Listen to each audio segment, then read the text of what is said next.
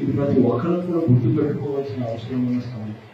ఎందుకు ఈ విషయాలన్నీ కూడా చెప్తా ఉన్నాను అంటే, మనం కడపలో 50 వార్డులు 50 కార్పొరేటర్ల వార్డులకి 49 వార్డులు మనం గెలిచింది.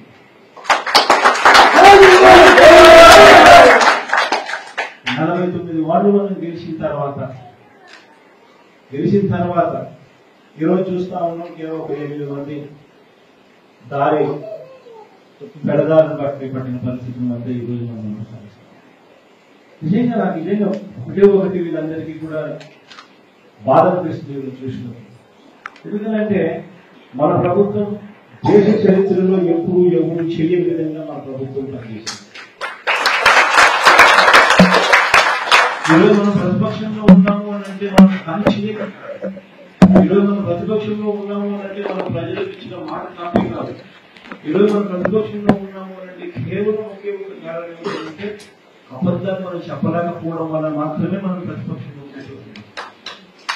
అంతకుమించి వేరే కారణం ఏంటి?